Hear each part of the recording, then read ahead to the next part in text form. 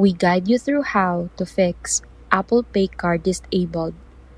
First thing you need to do is open the wallet app and check for any alerts or messages explaining why your card was disabled, because this usually happens due to security issues, expired cards, or verification problems.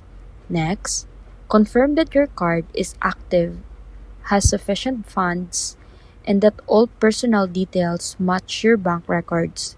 Then, check your internet connection and ensure Apple Pay services are working properly. After that, restart your device, update to the latest iOS version, and try removing and re-adding the card to refresh the wallet connection. And if the card remains disabled, contact your bank to ask if there are holds, blocks, or fraud alerts on your account. Then reach out to Apple support if the Apple confirms that the card is eligible. So that's it.